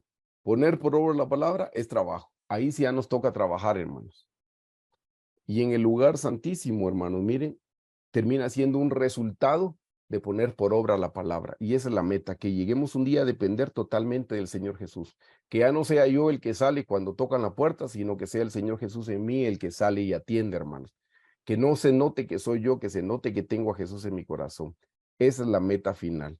Así es que, hermanos, este es un resumen de un resumen de un resumen del tabernáculo, porque no es este el tema. Este es parte ya del tema. Les dije, hermanos, que hay 3 lugares y que uno se llama el atrio, el otro se llama el lugar santo y el tercero se llama el lugar santísimo. En Apocalipsis se mencionan 3 lugares en la eternidad, hermanos. Se mencionan nuevos cielos, nueva tierra y nueva Jerusalén. Así es que, hermanos, ¿dónde va a ser la morada eterna suya y la morada eterna mía? Depende en el nivel donde yo me quede en mi crecimiento espiritual. Si yo solo tengo las experiencias del atrio, ¿dónde voy a vivir en la eternidad? Pues en los nuevos cielos. Si yo ya completé mis 3 experiencias del atrio que son gratuitas y ahora estoy luchando por orar, luchando por leer la Biblia, luchando por poner por obra la palabra del Señor, ¿cuál va a ser mi morada eterna? La nueva tierra. Pero si yo llego, Dios mediante, un día a sujetarme de tal manera que soy obediente al Señor y que si peco me arrepiento, sigo caminando, trato de complacerlo en todo, no procuro hacer mi voluntad, procuro hacer la voluntad de Dios, ¿dónde me voy a quedar? Pues en el lugar santísimo. ¿Y cuál va a ser mi morada eterna? La nueva Jerusalén. ¿Se recuerdan que la semana pasada leímos en Primera de Corintios que la resurrección de los muertos va a ser con vestiduras de luz? Yo se los expliqué. Y que hay 3 tipos de vestiduras de luz. De luz dice, una es la gloria del sol, una la gloria de la luna y otra la gloria de las estrellas. Pues así es, hermanos. La gente que se quede en el atrio va a tener la luz de las estrellas. La gente que se quede en el lugar santo va a tener la luz de la luna. Y la gente que se quede en el lugar santísimo va a tener la luz del sol. Porque ¿quién es el sol de justicia? El Señor Jesucristo. Y el Señor Jesucristo, con la luz del sol, no se va a casar con alguien que no tiene la misma cantidad de luz. No se va a casar con alguien que tenga la luz de la luna o la luz de las estrellas. Luz del sol con luz del sol, hermanos. Por eso debemos tener esa clase de luz. Yo no sé si se los pregunté la semana pasada, pero se los pregunto hoy. Perdón. Hermanos, ¿de qué depende la intensidad de la luz? ¿Cuál es la diferencia de la luz de las estrellas y la luna? Pues el sol tiene luz propia, pero ¿cuál es la diferencia? ¿Por qué vemos la luz de las estrellas tan chiquitita, tan apagadita como una chispita y la luz de la luna la vemos más grande? Usted ya lo sabe, por la distancia. Pues es igual. Si usted aquí vive lejos del Señor Jesús, usted va a dar una luz de la estrella. Pero si usted se acerca un poquito más al Señor, entonces ya va a dar la luz de la luna. Pero si vive en la presencia del Señor, su luz va a ser la luz del sol. Qué ejemplo más precioso, hermanos, para que nos motive a nosotros a crecer espiritualmente, a estar orando, estudiando la palabra, procurando ponerla por obra. Ven, hermanos, esto es los 3 lugares en el tabernáculo de Moisés y cómo se relacionan a lo largo de la Biblia. Y me cansaría de darle más ejemplos. Por ejemplo, la semilla que cayó en buena tierra dio a 30, a 60 y a 100 por uno. Atrio, lugar santo y lugar santísimo. Os escribo a vosotros, hijitos. Os escribo a vosotros, jóvenes o mancebos. Os escribo a vosotros, padres. Atrio, lugar santo y lugar santísimo. Ven la madurez. En el Cantar de los Cantares dice, las doncellas son sin número, atrio. Dice, 80 son las concubinas y creo que 50 reinas, eso es lugar santo. Pero una es la paloma mía, ese es el lugar santísimo. Y nosotros podemos encontrar 3 lugares, 3 lugares, 3 lugares a lo largo de toda la Biblia, hermanos. Ahí está relacionado el tabernáculo. ¿Qué les parece? Hermoso, ¿no? Bueno, con permiso. Entonces, haciendo la división de lo que es el atrio, el lugar santo y el lugar santísimo, hermanos, al atrio, al lugar santo, y el de arriba es el lugar santísimo. Quiero que sepa que al atrio podía entrar el sumo sacerdote, los sacerdotes y todo el pueblo. Entraba todo el mundo. Al lugar santo ya no entra todo el pueblo, hermanos. Solo entra el sumo sacerdote y sus hijos los sacerdotes. No más. Pero al lugar santísimo ya no entran ni los sacerdotes. Solo el sumo sacerdote y una vez al año. Por eso, hermanos, tenemos que estudiar al sumo sacerdote. Porque estoy seguro que después de lo que acabamos de estudiar, todos queremos estar en el lugar santísimo. Todos queremos estar en la Nueva Jerusalén. Todos queremos dar la luz del sol. Todos queremos ser la paloma mía. Todos queremos ser a vosotros padres. ¿Me explico? Entonces necesitamos entender que al lugar santísimo solo entraba el sumo sacerdote. Tenemos que estudiar las características del sumo sacerdote, empezando por sus vestiduras, hermanos, porque para poder entrar debía estar vestido. Hermanos, aquí vienen las vestiduras del sumo sacerdote. Este ya es el tema y estamos en tiempo. Este es el tema.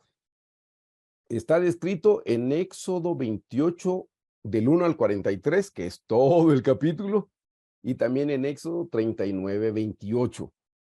Vamos a leer Éxodo 28, del 1 al 43, pero yo, conociendo que se pueden aburrir de mi voz, entonces he preparado algo más para ustedes que les puede ayudar. Dejen que les comparta el video que les conté por ahí, que les tenía preparados. Por favor, si por alguna razón fallara algo, ustedes me escriben y me dicen que está saliendo alguna falla. Presten atención porque el video está leído desde el versículo 1 hasta el 43, pero tiene dibujos como para que podamos comprender cuáles eran esas piezas de vestidura, hermanos. Así es que es un poquito más gráfico. Los comparto de nuevo. Aquí vamos. Y listo.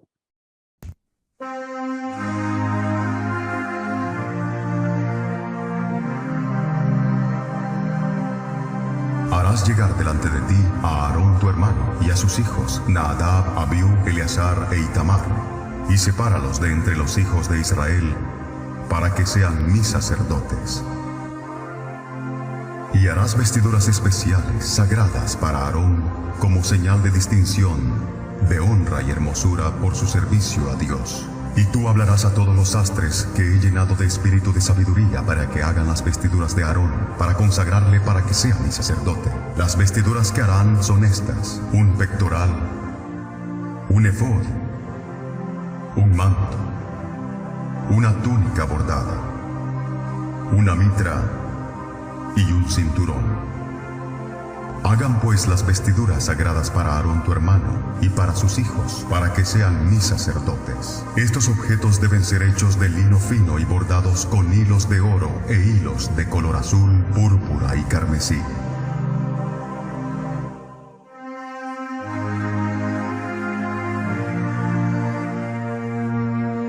El efod se debe hacer de lino fino y diestramente bordado con hilos de oro e hilos color azul, púrpura y carmesí. Tendrá 2 sombreras que se junten a sus 2 extremos, y así se juntará. Y su cinto que estará sobre él será hecho de los mismos materiales, lino fino bordados con hilos de oro e hilos de color azul, púrpura y carmesí. Y tomarás 2 piedras de ónice y grabarás en ellas los nombres de los hijos de Israel. 6 nombres en una piedra y los otros 6 nombres en la otra piedra, conforme al orden de nacimiento de ellos. De obra de grabador en piedra harás grabar las 2 piedras con los nombres, les harás alrededor engastes de oro. Y pondrás las 2 piedras sobre las hombreras del efod para piedras memoriales a los hijos de Israel. Y Aarón llevará los nombres de ellos delante de Jehová sobre sus 2 hombros por memorial perpetuo. Harás pues los engastes de oro y 2 cordones en forma de trenza de oro puro, y las fijarás en las hombreras del efod.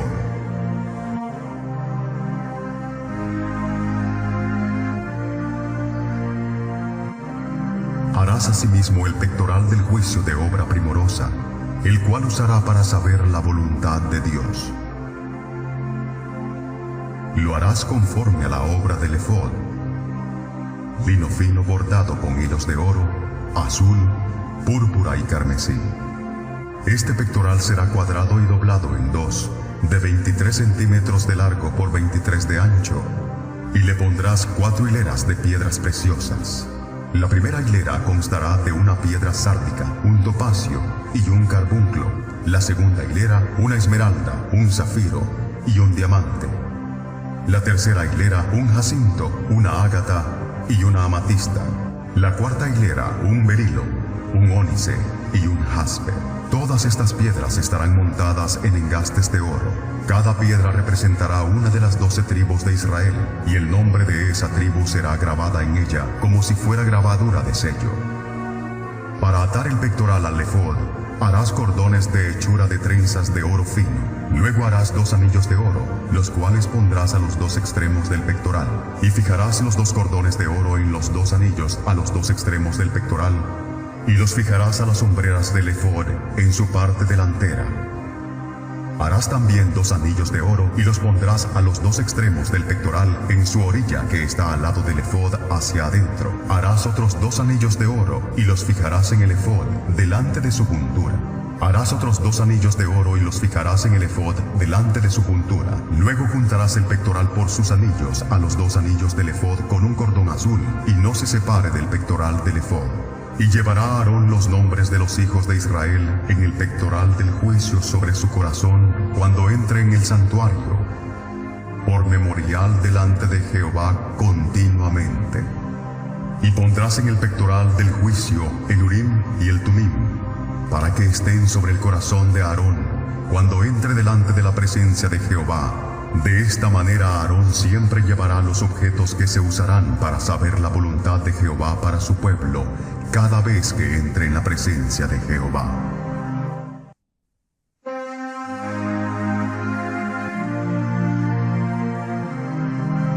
Harás el manto del efod todo de azul, con una abertura para la cabeza de Aarón. La abertura tendrá alrededor un borde tejido, como el cuello de un coselete, para que no se rompa. Y en sus orlas harás granadas de azul, púrpura y carmesí alrededor, y entre ellas campanillas de oro alrededor.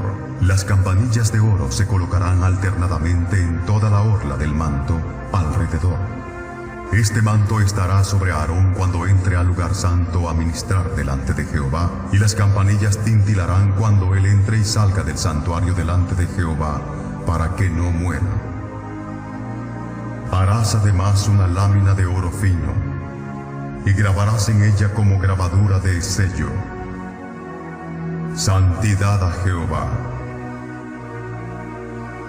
Y la pondrás con un cordón de azul en la parte delantera de la mitra de Aarón, y estará sobre la frente de Aarón, llevando de esta manera las faltas cometidas en todas las ofrendas consagradas por los hijos de Israel. Sobre su frente estará continuamente, para que obtengan gracia delante de Jehová. Y bordarás la túnica de Aarón de lino, y harás también la mitra de lino. Harás también un cinto de obra de recamador. Y para los hijos de Aarón harás túnicas, cintos y tiaras para honra y hermosura. Y con estas prendas vestirás a Aarón y a sus hijos, y los ungirás, y los consagrarás y santificarás para que sean mis sacerdotes.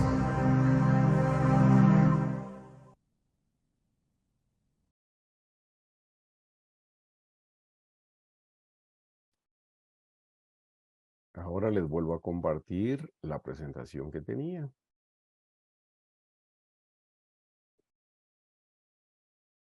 Listo, hermanos, pudimos ver el video. Si lo hubiéramos leído, estoy seguro tal vez algo no hubiéramos comprendido. Igualmente yo les voy a mandar el link para que puedan ver ese video las veces que lo necesiten cuando vayan a estudiar a su Biblia. Esto fue lo que salió en el video, Éxodo, todo el capítulo 28 del 1 al 43. Si ustedes ven, lo fueron leyendo poco a poco. Tal vez algunas palabras pusieron palabras más modernas, ¿no? Pero va versículo por versículo. Pero quiero que noten que la vestidura del sumo sacerdote estaba compuesta por, la semana pasada lo dije, hoy se lo repito, 8 prendas de ropa, hermanos. La primera eran los calzoncillos de lino. Todo esto tiene un significado especial preciosísimo. Lo segundo era la túnica de lino, el cinto de lino, el manto del efod, el pectoral, la mitra y la lámina de oro, que fue la última que vimos donde decía santidad a Jehová. Yo les traje dibujos también para que lo podamos ver y luego les voy dando las explicaciones. Pero noten, hermanos, estas eran prendas físicas que el sumo sacerdote se tenía que poner en el Antiguo Testamento. Solo el sumo sacerdote. Sus hijos no tenían todas estas. Las vestiduras de los sacerdotes eran solo de 4 piezas, hermanos. O sea, la mitad. Por eso se recuerdan, ellos podían llegar hasta el lugar santo, pero el lugar santísimo no. El sumo sacerdote era el único que llegaba al lugar santísimo. Así es que nosotros, si queremos llegar a estar en la presencia del Señor, en el lugar santísimo, aquí en esta tierra, no hasta cuando estemos muertos en la eternidad, necesitamos tener esas vestiduras. Pero, ¿de qué nos podría servir una ropa física ahora? Ya no nos sirve de nada. Recuerden el principio bíblico. Todo lo que el pueblo israelí hizo en lo físico en el Antiguo Testamento, nosotros en el Nuevo Testamento debemos hacerlo del lado espiritual. Y aquí viene la explicación. Y esta es la explicación preciosa que nos da nuestra amada doctora Hicks. El significado de las vestiduras, hermanos, está en Colosenses 3 del 12 al 14. Y le damos gracias al Señor por la revelación que Dios le dio, porque es la única persona que yo he leído, hermanos, que hizo esta relación, y ustedes van a ver cómo encaja perfectamente bien. Gracias a Dios por su revelación. Lean conmigo, por favor, en Colosenses 3, del 12 al 14. Dice, vestíos. Hermanos, Colosenses es el Nuevo Testamento. Es una carta escrita por Pablo. Y dice, vestíos. Usted lo puede ver aquí. Entonces uno piensa, va a hablar de ropa, porque dice vestíos, pero dice, vestíos pues como escogidos de Dios, santos y amados. Y aquí empieza la descripción de 8 cosas de las cuales nos tenemos que vestir, pero ya no son ropa. Estas son experiencias que debemos hacer nuestras también, hermanos. Miren qué cosa más linda, ya no es ropa, son cosas espirituales.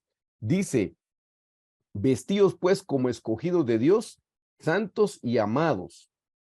Y empieza, de entrañable misericordia, de benignidad, de humildad, de mansedumbre, de paciencia, soportándoos unos a otros y perdonándoos unos a otros, si alguno tuviere queja contra otro, de la manera que Cristo os perdonó, así también hacedlo vosotros.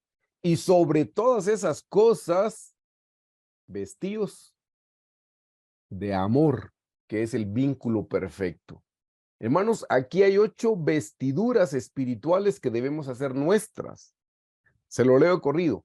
Vestíos, pues, como escogidos de Dios, santos y amados, de entrañable misericordia, de benignidad, de humildad, de mansedumbre, de paciencia, soportándoos unos a otros y perdonándoos unos a otros, si alguno tuviera queja contra otro, de la manera que Cristo os perdonó, así también hacedlo vosotros. Y sobre todas las cosas, vestidos de amor, que es el vínculo perfecto. Sobre todas las cosas. Y ustedes van a entender qué es sobre todas las cosas, porque eso lo explica la doctora muy claramente. Habían 8 vestiduras espirituales.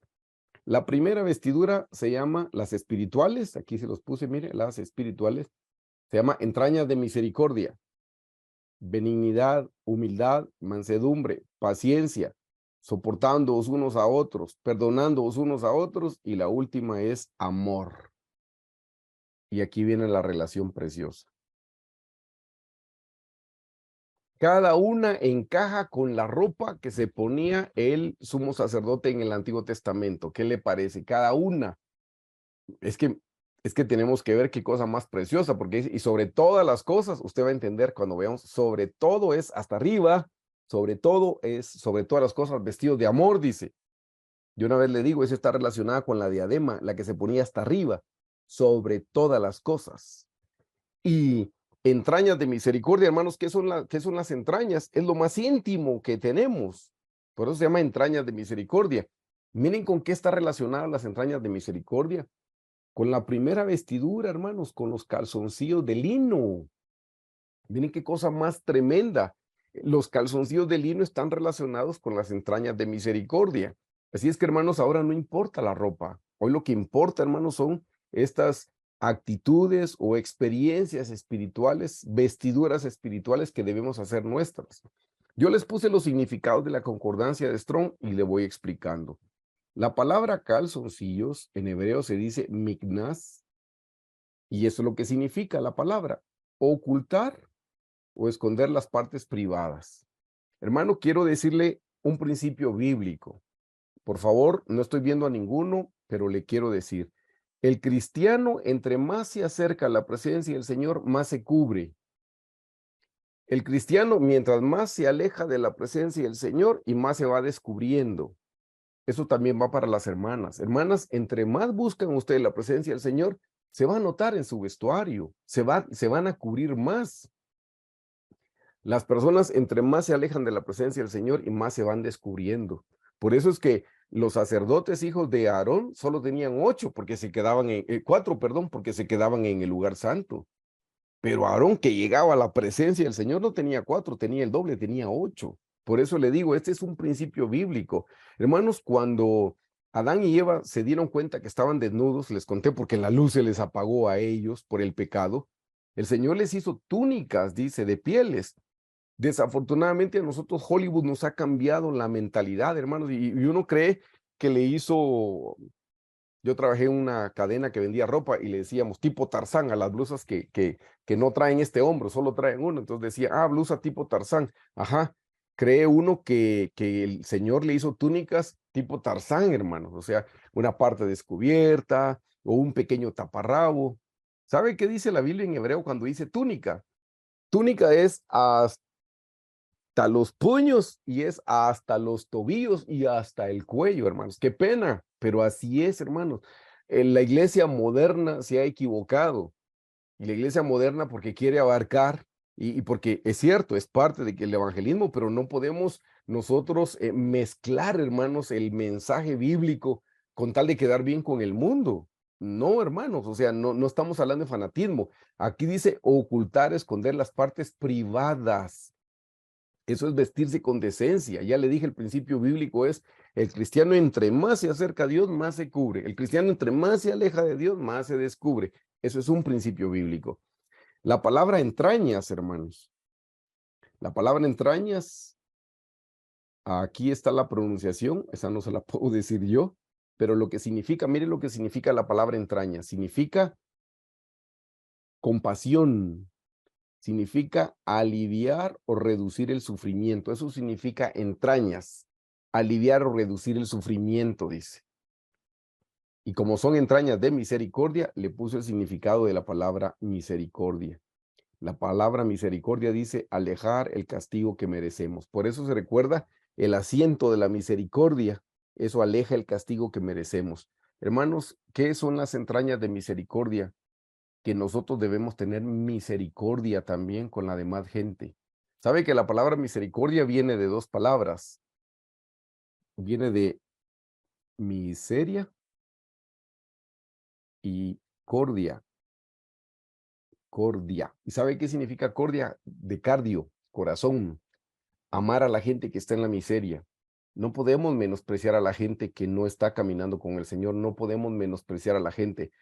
Les hablé de la ropa a ustedes, hermanos, porque ustedes son creyentes, pero no hacemos acepción de personas. Si alguien no llega vestido de manera decente a la iglesia, no le impedimos que pase a la presencia del Señor. Por cierto, aproveché porque este es un estudio bíblico, pero hermanos, es Dios el que le tiene que señalar esas cosas a la gente y que la gente vaya haciendo sus escogencias. Me explico, eso es misericordia, amarlos en su misericordia, y debemos tener misericordia. A veces somos duros para juzgar, hermanos. En eso tenemos que cambiar y tener misericordia. A veces, hermanos, hasta para exhortar somos duros. Cuando alguien está pasando alguna pena, lo primero que hacemos es recitar un versículo. Todas las cosas ayudan a bien. Sí, hermano, como usted no está ahí, ¿verdad? Todo ayuda para bien. Vamos a ver si cuando usted esté en algún problema va a recitar la Biblia de la misma manera. Hermanos, si alguien perdió a un ser querido, no necesita que usted le recite versículos bíblicos. Solo necesita que usted lo acompañe en su dolor. Hermanos, saben que eso es un peso. Tener un dolor es un peso, tener una pena es un peso. Y cuando uno llega, no llega para, perdón, para zafar bulto, uno llega para ayudar y decir, aquí está mi hombro, llore conmigo, yo también voy a llorar, estoy aquí para poder llevar su pena. Y así es como vamos disminuyendo un poquito. Hermanos, eso es misericordia, esas son entrañas de misericordia. Las entrañas en las personas y en los animalitos está relacionado, se lo voy a decir, con las vísceras, con las tripas. ¿Alguien de ustedes sabe cuánto mide el intestino delgado? ¿No? El intestino delgado mide 8 metros. Y uno dice, ¿para qué quiero tanto metro yo de estómago adentro? Para que vea que la misericordia del Señor es larga, las entrañas de misericordia del Señor son largas. Así debería ser nuestra misericordia, hermanos, también.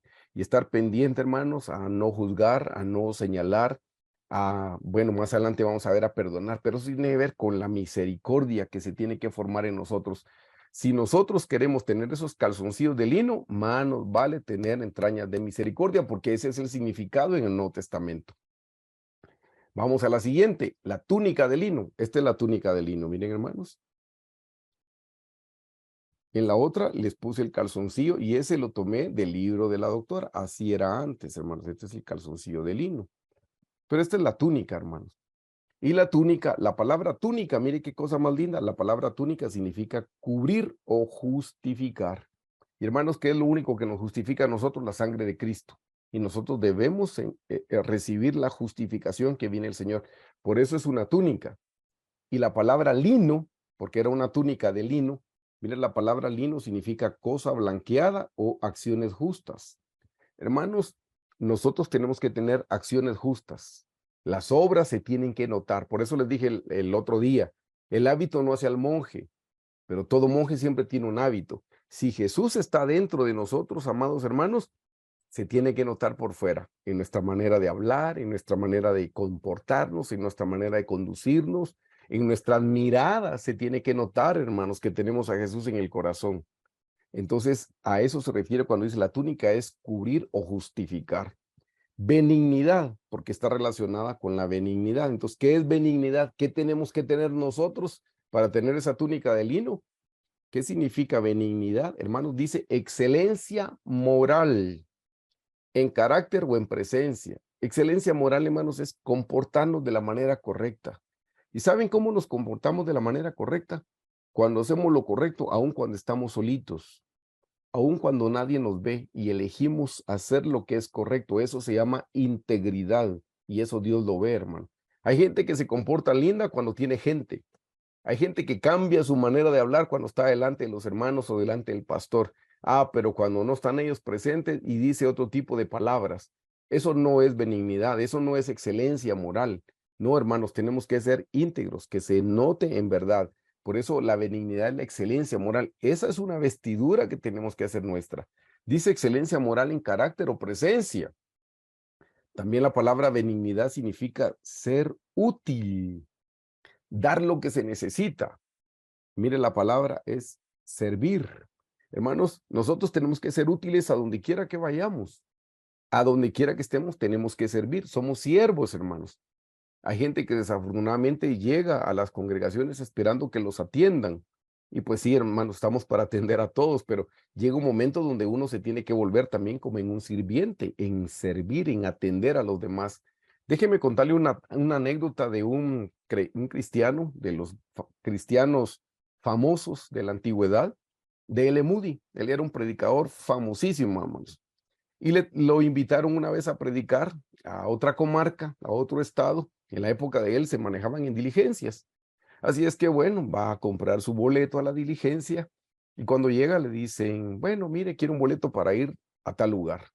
Y le dicen, mire, en la diligencia hay 3 lugares y así es el precio.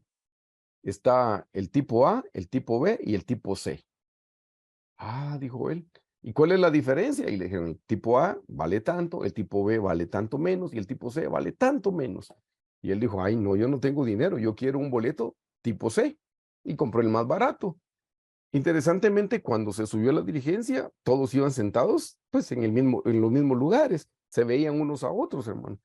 Y dijo él, ¿cuál será la diferencia? Porque yo pagué menos, dijo. Y este se mira qué ricachón. Debe haber pagado más, pero vamos en el mismo lugar.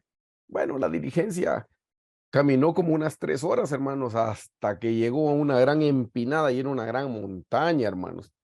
Entonces el que iba manejando la diligencia, gritó, pasajeros tipo A se quedan en la diligencia.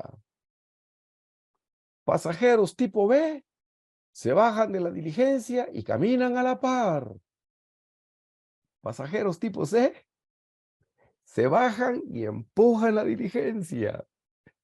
Y Dele Moody decía cuando cuenta esa anécdota, en la iglesia todos deberíamos de ser pasajeros tipo C, dice.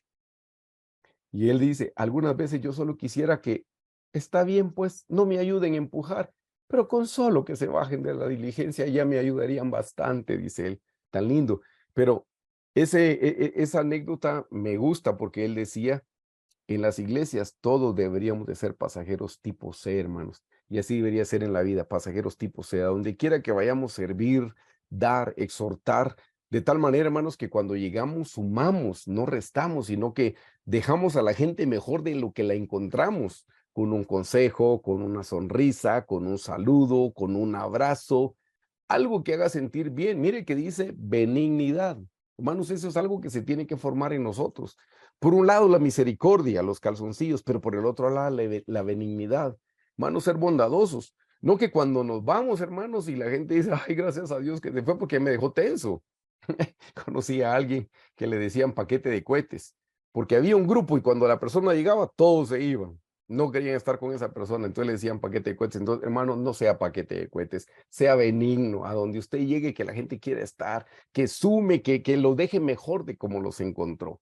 Vamos a la vestidura número 3, el cinto de lino. El cinto de lino es este, hermanos, el que está aquí, con el que se tenía que fijar la túnica. La palabra cinto significa talabarte, correa de donde cuelga la espada. Mire qué cosa más interesante, ahí es donde colgaba la espada. Eso es lo que significa la palabra. En el sumo sacerdote no había ninguna espada, hermanos.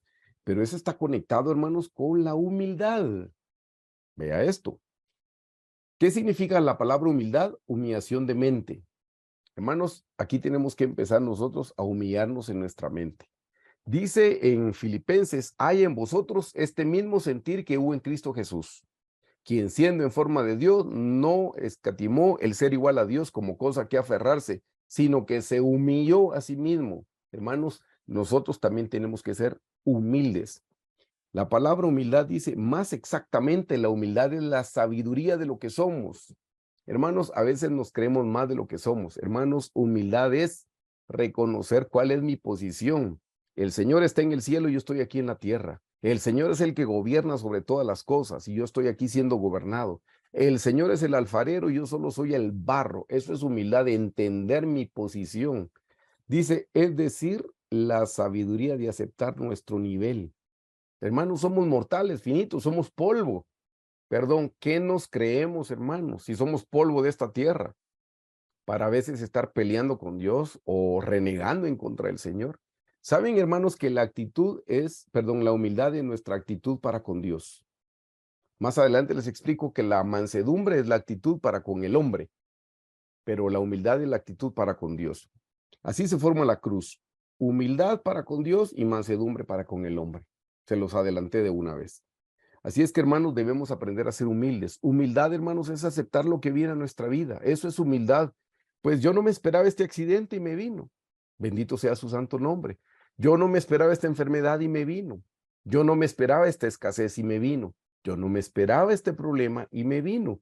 Pero todo viene de la mano de Dios. Eso es humildad. Reconocer, hermanos, que Dios gobierna sobre todas las cosas. Nosotros estamos abajo y Él está arriba. Eso es la humildad, de aceptar todo lo que venga de la mano del Señor. La número 4, hermanos, es el manto del efod, y eso está relacionado con la mansedumbre.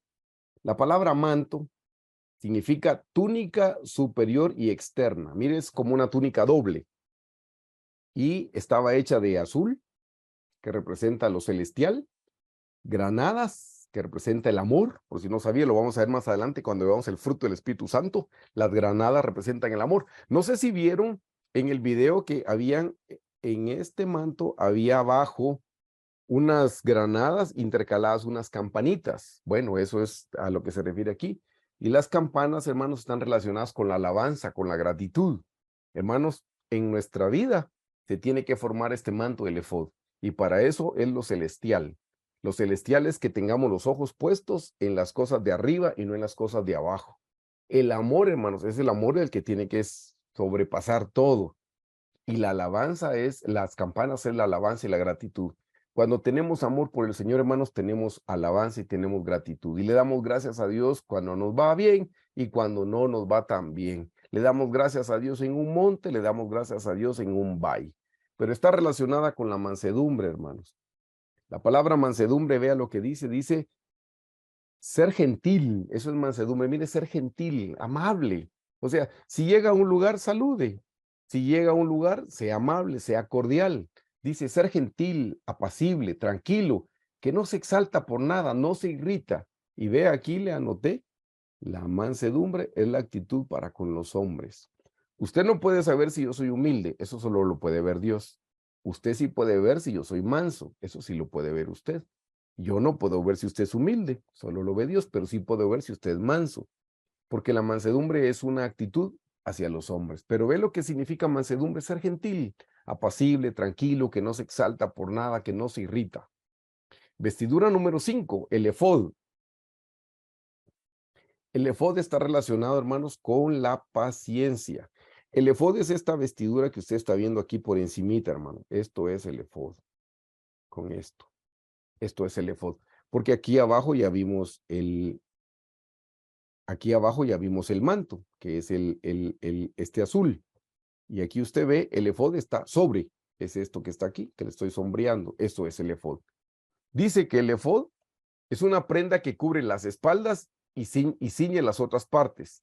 Además lleva las sombreras. Eso tiene que ver con la carga. Mire, tanto las sombreras como la espalda están relacionadas con la carga. ¿Y por qué está relacionado el efod? ¿Con qué está relacionado? Está relacionado con la paciencia. Y la paciencia es una carga, hermanos. Aquí se lo explico. Mire lo que significa la palabra paciencia. Longanimidad. Aguante. Así literalmente, como decimos en Chapín, que aguante. Bueno, sí, aguante, dice. O clemencia. Vea lo que significa. Tranquilidad para esperar. Ay, yo soy desesperado, hermano. Sí, debe tener paciencia. Como dijo una hermana, mire, le pedí al Señor paciencia y me mandó a mi suegra, dice. Pues sí, yo le quería trabajar la paciencia. Así es que eso es tranquilidad para esperar. Pero esta es la definición que más me gusta de paciencia. Capacidad para soportar con gozo las pruebas, trabajos, ofensas, etcétera. Capacidad para soportar con gozo. No solo capacidad para soportar, sí, no me queda de otra, tengo que soportar. Eso no es soportar con gozo. Eso es soportar refunfuñando. No, dice paciencia es la capacidad de soportar con gozo. Tened por sumo gozo cuando os halléis en diversas pruebas, dijo Santiago. Gozo. Así es que la paciencia está relacionada con el gozo. Paciencia es la capacidad de soportar con gozo en medio de las pruebas, los trabajos duros, las ofensas de la gente, etcétera, etcétera, etcétera. Eso es paciencia. El pectoral, hermanos, está relacionado con soportándoos unos a otros. Mire qué cosa más interesante, con permiso. El pectoral dice soportándoos unos a otros. La palabra pectoral dice contener o destellar, bolsillo como conteniendo gemas. Es que aquí era donde venían las 12 piedras, una por cada tribu. Se recuerda que lo estudiamos. Y ahí adentro de esto, que era como una bolsita, adentro era donde estaba el Urim y el Tumim. Que alguna vez le expliqué que era, eso daba destellos y lo leímos. Bueno, no lo leímos, lo escuchamos en el video que vimos. Pero note que este pectoral, hermanos, va sobre el corazón. Mire qué cosa más linda. Y el pectoral está conectado con soportarnos. Soportar, dice, soportar. La palabra soportar significa aguantar, literal. Así como decimos en Chapín, que aguante. Bueno, aquí dice aguantar, sufrir, tolerar, sostener o llevar sobre sí. Hermanos, soportarnos es eso, precisamente aguantarnos. Hay matrimonios que dicen, ya no te soporto. No tienen el pectoral, hermanos, o sea, porque es soportar. Soportarse, hermanos, es, todos tenemos un carácter desagradable, porque todos tenemos un viejo corazón. No solo lo tengo yo, no solo lo tiene mi esposa. Todos tenemos, como le dije, un mal carácter. Todos tenemos malos hábitos, hermanos, de los cuales nos tenemos que ir despojando. Todos traemos heridas del alma, hermanos, de nuestra niñez. Cuando nos casamos con una persona que venía herida, como yo estoy herido. Y desafortunadamente una persona herida lo único que puede hacer es herir, hermanos. Pero con la ayuda del Señor tenemos que aprender a soportarnos unos a otros. Eso lo mencioné en el matrimonio, pero eso mismo se da, hermanos, en las familias. Hay hermanos que no se comportan igual como la mayoría, hay que soportar. Y así es en las iglesias, ¿no? Hay hermanos que no se comportan de esa manera, hay que soportar. Hay gente que entra, pasa y no saluda. Bueno, hay que soportarlos, así son, ¿verdad, hermanos? No nos vamos a amargar porque no nos saludaron. Pues el del problema son ellos. A lo mejor vienen con algún lío, con algún problema que no han resuelto de su infancia y todavía lo están viviendo. Saber qué será, hermano. Yo en esas cosas digo, ¿quién quiere llegar a la meta? Yo, entonces yo soy el que tiene que cambiar. No le digo porque me sea fácil, no, a mí también me cuesta si tengo carne, pero me tengo que hablar como David que decía, bendice alma mía Jehová. Yo a veces le digo, alma, ahí se acuerda quién quiere llegar a la meta. Hay que quietecita, almita, porque queremos llegar a la meta. Por favor, compórtese. Vamos adelante, hermanos. Eso significa soportarse. El pectoral es soportándonos unos a otros, dice. Miren la vestidura número 7, la mitra. La mitra, hermanos, es el gorrito. Eso es la mitra. Eso significa perdonándoos unos a otros. Eso tiene que ver con el perdón. La palabra mitra significa tiara, turbante oficial de un rey o un sumo sacerdote, pero significa faja sobre la cabeza. Ahí vamos a ver qué significa eso de fajarse la cabeza, hermanos. Está relacionado con perdonar. La palabra perdonar dice no tener en cuenta una ofensa o falta que otro ha cometido. Hermanos, cuando nosotros no hemos perdonado, ¿en dónde es que se alberga esa falta de perdón? ¿En la cabeza o en el corazón? En la cabeza, hermano. Sí, malagradecida, tanto que le he ayudado y no se pudo poner a pensar que yo ahora necesitaba. Después de todo lo que he hecho por esta persona y esta persona cómo me paga, ingrata, y la cabeza, y la cabeza, y la cabeza, y la cabeza. Por eso hay que fajarse, hermanos, con la mitra para poder perdonar. La palabra perdonar significa librar a alguien de una obligación. Eso significa la palabra. Me debe, pero es como, lo voy a perdonar. No tiene para pagarme, lo voy a perdonar. Pero sobre todo la palabra perdonar significa soltarse. Porque cuando uno no perdona, el que está atado es uno, hermanos. Uno es el que está atado. Así es que lo mejor que podemos hacer es perdonar y esa es una vestidura para que sepan, no es solo si quiero o no quiero, pues yo no quiero, quiero seguir pensando toda la noche en esta persona que me hizo esto y me la va a pagar. Pues si usted quiere no perdonar, pero no va a tener la mitra. Y si no tiene la mitra, no va a llegar a ser el sumo sacerdote. Lo necesitamos, debemos perdonar, hermanos. Eso no es si quiero o no quiero, eso no es una opción. Esto es algo que si de verdad queremos llegar a ser la esposa del Cordero, tenemos que aprender a perdonar. Hermanos, ¿qué dijo el Señor Jesús en la cruz? Padre, perdónalos porque no saben lo que hacen. ¿Se recuerdan que dijo Esteban, el primer mártir, cuando le estaban apedreando? Jesús, perdónalos porque no saben lo que hacen. Dijo las mismas palabras y es lo mismo que deberíamos de hacer. Hermanos, la falta de perdón son esas pequeñas zorras que se comen toda la viña. No sé si alguien leyó la historia del Titanic. El agujero que le hizo el iceberg era pequeño comparado con el gran barco. Era el tamaño de una puerta de una casa. Comparativamente hablando es pequeño. Sí, hermanos, pero de poquito en poquito se le penetró el agua hasta que lo terminó hundiendo. Pues así es la falta de perdón para que sepa. Es como un agujerito, hermanos, y se le está colando el agua, se le está colando, se le está colando. Cuando sienta se va a hundir, hermanos. Se va a hundir precisamente en el pecado, se va a apartar de los caminos del Señor. Mire cuánta gente he conocido yo que se aparta de los caminos del Señor por enojo. Y ese enojo se hubiera podido curar con el perdón. Se enojó con alguien de la iglesia, se enojó con el pastor, se enojó y se enojó. Y mire, de una vez le cuento, la gente que se enoja y no perdona no entra a las bodas del Cordero. Se recuerda la historia del hijo pródigo.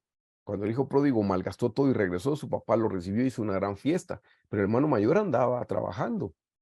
Cuando el hermano mayor regresó y oyó la música, llamó a un sirviente, le dijo, ¿qué pasó? Y le dijo, pues que volvió tu hermano menor, le dijo, y tu papá hizo una gran fiesta. ¿Qué?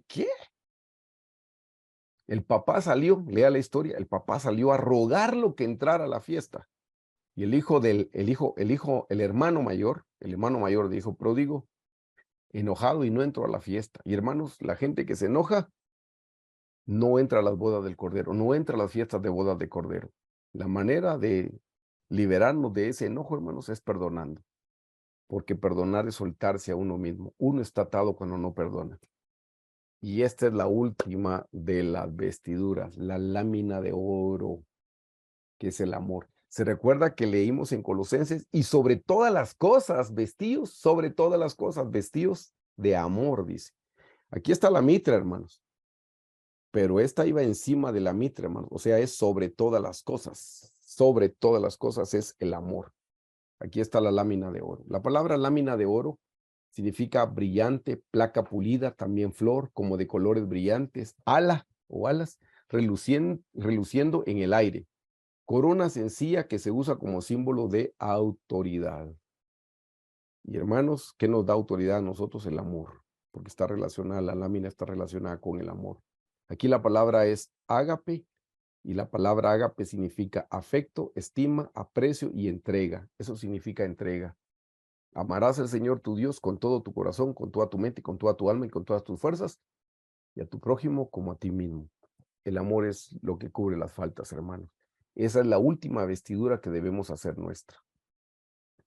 Ya estamos por finalizar. Les leo lo que es el amor. 1 Corintios 13, del 1 al 8. Si yo hablase lenguas humanas y angélicas y no tengo amor, vengo a ser como metal que resuena o címbalo que retiñe. Si tuviese profecía y entendiese todos los misterios y toda ciencia, y si tuviese toda la fe, de tal manera que trasladase los montes y no tengo amor, nada soy.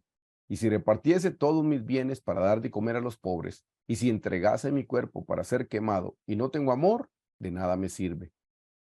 El amor es sufrido, el amor es benigno, el amor no tiene envidia, el amor no es jactancioso o envidioso, no se envanece, no hace nada indebido, no busca lo suyo, no se irrita, no guarda rencor, no se goza de la injusticia, mas se goza de la verdad. Todo lo sufre, todo lo cree, todo lo espera, todo lo soporta. El amor nunca deja de ser. Hermanos, yo no estoy en ese nivel. Y yo sé que usted tampoco. Pero podemos luchar para poder alcanzar este nivel de amor que el Señor nos está explicando aquí en Primera de Corintios 13, del 1 al 8.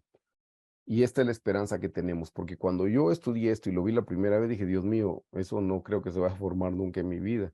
Y todavía sigo pensando eso, pero no depende de nosotros.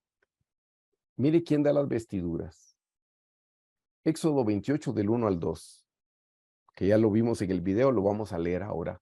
Harás llegar delante de ti a Aarón tu hermano y a sus hijos consigo, de entre los hijos de Israel, para que sean mis sacerdotes, a Aarón y a Nadab, Abiú, Eleazar e Itamar, hijos de Aarón. Y harás vestiduras sagradas a Aarón tu hermano para honra y hermosura. Note que dice, y harás vestiduras sagradas. No era Aarón ni sus hijos los que las tenían que hacer, hermanos. Moisés se las tenía que hacer. Así es que aquí viene la gran explicación y con eso vamos a terminar orando. Dios es quien nos da las vestiduras en la medida que nos entregamos a Él, en la medida que crecemos en su estatura. Hermanos, nosotros no podemos provocar esas cosas en nosotros. Imposible, hermanos. Pero esas cosas se van a provocar en nosotros en la medida que nosotros, hermanos, crezcamos espiritualmente. En la medida que hagamos estas experiencias. Hermanos, ¿qué tan difícil es ser salvo? Solo orar. ¿Qué tan difícil es recibir el bautismo con el Espíritu Santo? Solo pedirlo. ¿Qué tan difícil es ser bautizado en agua en el nombre del Señor Jesús? Solo pedirlo. ¿Qué tan difícil es orar? Bueno, hay un poco de trabajo, hermano. Pero ¿qué tan difícil es? ¿Es algo que ustedes no pueden hacer, que yo no puedo hacer? No, sí lo podemos hacer. Hermanos, ¿qué tan difícil es estudiar la Biblia? ¿Qué tan difícil es empezar leyéndola? Hermanos, ¿qué tan difícil es poner por obra la palabra de Dios? Pues en la medida que la estamos estudiando, de tanto estudiarla, eso se va a ir haciendo nuestro, hermanos, va a ir entrando en nuestro ser, hermanos, y la vamos a ir poniendo por obra poco a poco. Y un día, Dios mediante, podamos llegar a ser la esposa del Cordero cuando tengamos una dependencia de Él. Hermanos, si cumplimos con este crecimiento espiritual, el Señor es el que promete que nos va a dar las vestiduras. Así es que ahí donde están, amados hermanos, los voy a invitar para que oremos y le pidamos al Señor que nos ayude a tener esa clase de vestiduras. El Señor está dispuesto. Padre nuestro, una vez más venimos en el nombre de tu Hijo Jesús en esta noche a darte gracias, Señor, por esta enseñanza, a darte gracias por este material, a darte gracias por la persona a la que se lo revelaste, Señor, y que hoy nosotros podemos comprenderlo. Señor, para nosotros, para el hombre carnal, es imposible, Señor, podernos vestir con esta clase de vestidura, Señor. ¿Cuándo nosotros vamos a poder llegar a tener esa clase de amor que está descrita en Primera de Corintios, Señor? Si nuestro corazón es carnal, Señor, pero hemos visto en tu palabra que las vestiduras no las hacía Aarón ni sus hijos, sino Moisés, figura de ti, Señor. Nuestro trabajo solamente es crecer. Y Señor, hoy disponemos en nuestro corazón que sí queremos crecer espiritualmente, Señor. Señor, tenemos todas las herramientas para hacerlo. Tenemos tu sangre, tu salvación. Tenemos tu nombre que es sobre todo nombre, tu nombre que es una torre. Tenemos tu palabra, Señor, en nuestro idioma. Señor, tenemos todos los recursos. Tenemos tu sangre, tenemos tu nombre, tenemos tu palabra, tenemos tu Santo Espíritu, Señor. Solo danos la voluntad, Señor, para querer ser obedientes a tu palabra. Danos el deseo, Señor Jesús, de apartar nuestro tiempo para buscarte en oración, en el estudio de tu palabra, Señor. Señor, danos la voluntad para dejar las cosas de este mundo, Señor. Perdónanos si hemos perdido el tiempo, Señor, en cosas vanas, mundanas y pasajeras. Perdónanos si perdemos el tiempo, Señor, en las redes sociales. Señor, eso un día va a dar testimonio en contra de nosotros, Señor, de que sí tuvimos tiempo y que lo malgastamos. Así es que, Señor, ayúdanos. Tu venida está pronta. Estamos escuchando esta enseñanza a tiempo, donde todavía podemos crecer, donde todavía podemos hacer algo con el tiempo que nos está regalando en esta tierra, Señor. Ayúdanos a no desperdiciarlo. Señor, pon en nosotros el querer y el hacer por tu buena voluntad. Tu palabra dice que no es del que corre ni del que quiere, sino de ti que tienes misericordia. Señor, ten misericordia de nosotros en esta noche, Jesús. Oh, Rabasaya, Shibiribikaya, oh, Rabacoya, Rabacoya, Rabacoya. Señor Jesús, que el conocimiento que hemos recibido en esta noche baje a nuestro corazón, Señor. Que podamos experimentarlo, Señor. Provócanos hambre, Señor, hambre de tu palabra, Señor. Que podamos venir, Señor, tal vez por una migaja de pan, así como la mujer sirofenicia, Señor, que llegó y dijo: cierto que soy un perrillo, Señor, pero aún de la mesa de los amos comen los perrillos las migajas que se caen. Cierto que soy un perro y no merezco tu palabra, Señor, pero aunque sea una migaja, dame algo que me pueda saciar el hambre que tengo, Señor. Algo que me pueda ayudar en este día, Jesús. Señor, provócame esa clase de hambre para humillarme de tal manera que yo pueda venir, aunque sea postrarme al suelo, Señor, y decirme: tírame aunque sea una migaja, Señor. No me des todo el pan porque no lo merezco. Pero dame una sola migaja, Señor, una migaja que me cambie, una migaja que me transforme el corazón, Señor. Cámbiame, cámbiame, cambia mi manera de ver, mi manera de sentir, mi manera, Señor, de amarte. Cámbiame, Señor, cámbiame. Señor, provócame sed, Señor. Pon sal en mis labios y que esa sal me dé sed, Señor, sed de tu palabra. Que yo pueda decir como el siervo brama por las aguas, así clama, oh Dios, mi alma por ti. Señor, que yo pueda decir: no puedo vivir sin ti, no puedo vivir sin leer tu palabra, no puedo vivir sin orar, no puedo, no puedo. Ayúdanos a llegar a ese nivel de necesidad de ti, Señor, que te pueda necesitar más que al aire que respiro, Señor, por favor. Desate en mi corazón el deseo por tu presencia, Señor, por agradarte, Padre. En el nombre de Jesús te lo pedimos, Dios. Ten misericordia, Jesús, ten misericordia, ten misericordia, ten misericordia. Ten misericordia, Señor. Gracias, Jesús, por este tiempo. Gracias por tu palabra, Señor. Gracias, Jesús, bendito, Jesús, bendito. Y gracias por tu obra en nosotros, Señor. Gracias, Jesús, porque a lo vil y a lo menospreciado escogiste, Señor, para avergonzar a los sabios de este mundo. Gracias por haberte fijado en nosotros. Completa la buena obra que has empezado, Señor. Gracias, Jesús, gracias. En ti ponemos nuestra confianza, Señor. No vemos nuestras fuerzas porque no tenemos ninguna. No vemos nuestras riquezas porque no tenemos nada, Señor. Somos pobres, Señor. Somos mancos porque no podemos obrar. Somos cojos porque no podemos caminar. Somos ciegos porque no podemos verte. Somos sordos porque no podemos escuchar tu voz. Pero a las bodas del Cordero mandaste llamar a los cojos, a los mancos, a los ciegos, Señor, y los metiste. Pues, Señor, a nosotros, fuérzanos a entrar a las bodas del Cordero. Fuérzanos a entrar, fuérzanos a entrar, fuérzanos a entrar, fuérzanos a entrar. Fuérzanos a entrar, Señor. Ora basaya, shibribikaya, shibribikaya, shibribikaya, shibribikaya. Gracias, Jesús, gracias, Jesús, gracias, Jesús. En ti depositamos toda nuestra confianza y nuestra fe. La obra es tuya, el crecimiento es tuyo, Señor. Bendito seas por siempre. Te amamos, Señor, te amamos y te damos a ti toda gloria y toda honra. Si algo bueno hay en nosotros es por ti.